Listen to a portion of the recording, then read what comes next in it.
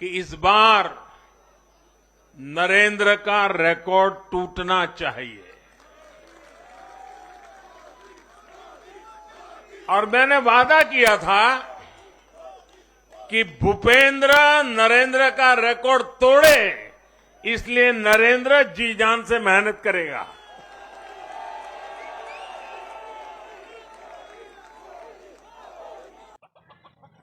Gujarat election जीतने के बाद पीएम नरेंद्र मोदी अब तैयारी कर रहे हैं 2024 के इलेक्शन लड़ने के लिए। और तैयारी कैसी है आप देखिए, उनका भाषा, उनका बयान और उनका क्या प्रदर्शन रहेगा आगे आप देख सकते हैं। मोदी मोदी के नारे गूंज रहे हैं। सबको बोलता हूं, गुजरात में आइए और मोदी साहब के बारे में मत बोलिए, वरना आपके सुपे साहब हो। जहाँ जहाँ भी गुजराती है तो एक मोदी जी की जो एक अमिट छाप है लोगों के दिल में। ये जीत देश के यशस्वी प्रधानमंत्री नरेंद्र भाई मोदी जी के कामों की है। नरेंद्र मोदी ने नरेंद्र मोदी का ही रिकॉर्ड तोड़ दिया। 20 साल पहले 2002 में मोदी के चेहरे ने बीजेपी को सबसे ज्यादा 127 सीटें दिलाई थी, मगर इस बार मोदी की ऐसी लहर चली कि 150 सीटों का आंकड़ा पार कर गया। यह है मोदी का दम। वोट दिलाने के लिए मोदी का नाम ही काफी है, काम ही काफी है। इसीलिए तो लोग कह रहे हैं कि गुजरात में पीएम की जीत हुई है। पी यानी परिश्रम, एम यानी मेहनत, और इस पीएम का फुल फॉर्म नरेंद्र मोदी ही है। मोदी वो हैं जो G20 के चीफ भी हैं, बूथ पर वोट बटोरने वाला मैजिक मंत्र भी हैं। वो सरकार भी समझते हैं, संगठन को भी साथ लेकर चलते हैं। गुजरात के बाद अब एक नया रास्ता दिल्ली के लिए खुला है। गांधीनगर टू दिल्ली 2024 के लिए मोदी का यही रूट है। और अब मोदी 400 सीट वाले द्वार की तरफ बढ़ चले हैं। मैं गुजरात और हिमाचल और दिल्ली और जनता का बहुत विनम्र भाव से आभार व्यक्त करता हूं। भाजपा के प्रति ये स्नेह देश के अलग अलग राज्यों के उपचुनाव में भी दिख रहा है। यूपी के रामपुर में भाजपा को जीत हासिल हुई है। बिहार के उपचुनावों में भाजपा का प्रदर्शन आने वाले दिनों का स्पष्ट संकेत कर रहा है। मोदी का नेक्स्ट टारगेट तेलंगाना, मध्य प्रदेश, राजस्थान, छत्तीसगढ़, कर्नाटक, जम्मू और कश्मीर और 2024 में पूरा देश है।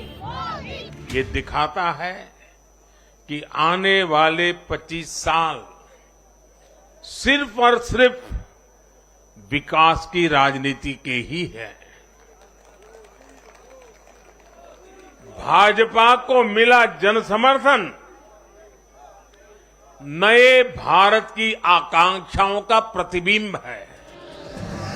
2019 में गुजरात की 26 लोकसभा सीटों पर मोदी का स्ट्राइक रेट 90% था। 26 की 26 सीटें बीजेपी ने जीती थी। गुजरात की 26 लोकसभा की 173 विधानसभा सीटों पर मोदी ने ही लीड ले ली थी। अगर गुजरात के नतीजों को एक सैंपल साइज मान लें और 2024 के मद्देनजर पूरे देश का प्रोजेक्शन करें तो 24 में मोदी अकेले अपने दम पर 86% के स्ट्राइक रेट के साथ 468 सीटें ला सकते हैं। जरूर हम लोग रिकॉर्ड तोड़ रहे हैं और 150 से ज्यादा प्रीवियसली गुजरात में कोई पार्टी को इतना बहुमत नहीं मिला था जो इस बार मिल रहा है। तो सारा रिकॉर्ड टूट रहा है और ये आने वाले 24 का ये आधार स्तंभ बन गया है। और 24 में भी भारतीय जनता पार्टी नरेंद्र मोदी जी को फिर से प्रधानमंत्री बनाकर एक नया रिकॉर्ड प्रस्थापित करेंगे। मैसेज क्लियर है, मोदी से टकराओगे तो टिक नहीं पाओगे। जब नरेंद्र मोदी से टक्कर होती है तो देश का कोई भी कोना क्यों ना हो, विरोधियों को चक्कर ही आते हैं। इसके फैक्ट्स भी हैं, फिगर्स भी हैं। 1987 में मोदी गुजरात बीजेपी से जुड़े। 1990 में गुजरात बीजेपी ने 67 सीटें जीती।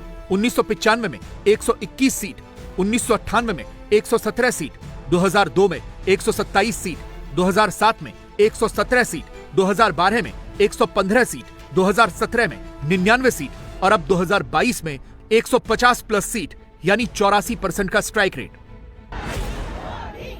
मोदी नाम केवलम, न कोई आगे न कोई पीछे, नरेंद्र दामोदर दास मोदी ही सबसे आगे। इस रेस में सिर्फ मोदी ही हैं। विरोधियों और मोदी के बीच गैप बहुत बढ़ चुका है। 2017 में बीजेपी का जो वोट शेयर 49.1% था, मोदी उसे 52.5% से ऊपर ले गए।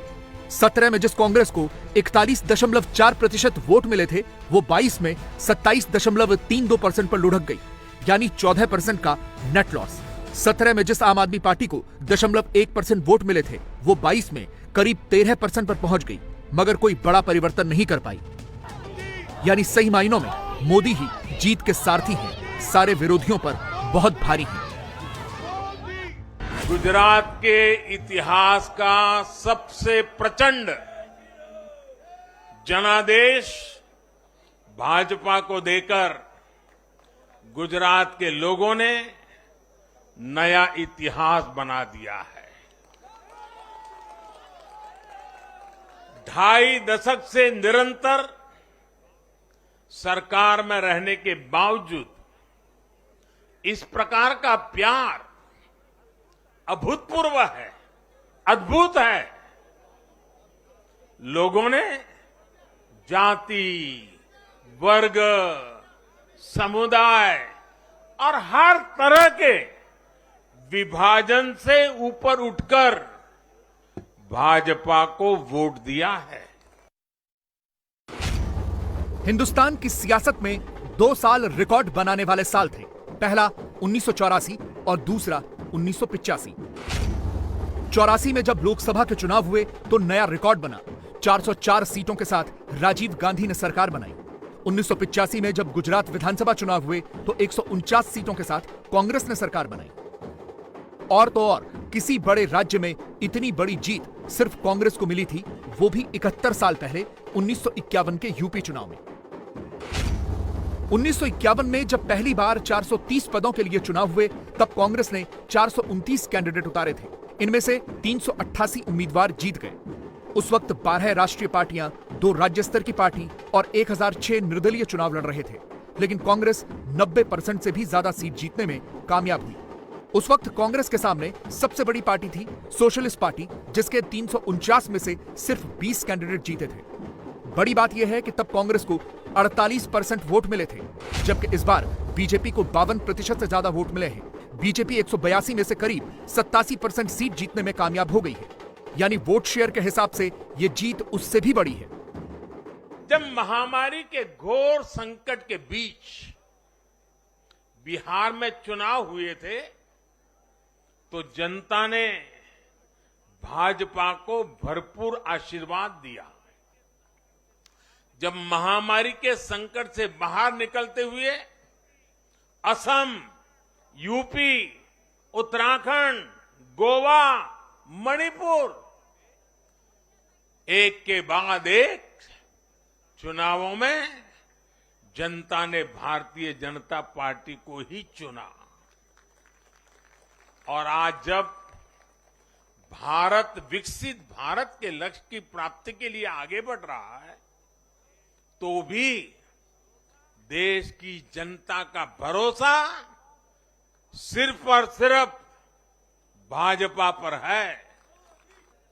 संदेश साफ है, जब देश के सामने कोई चुनौती होती है, तो देश की जनता का भरोसा भाजपा पर होता है। जब देश पर कोई संकट आता है, तो देश की जनता का भरोसा भाजपा पर होता है।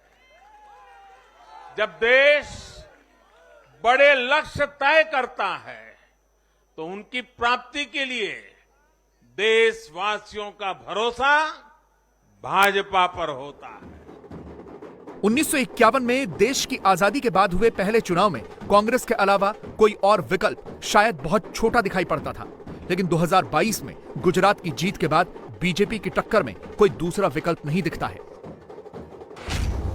जहां बीजेपी 52% से ज्यादा वोटों के साथ नंबर 1 पर है, नंबर 2 वाली पार्टी कांग्रेस के पास सिर्फ 27% वोट हैं।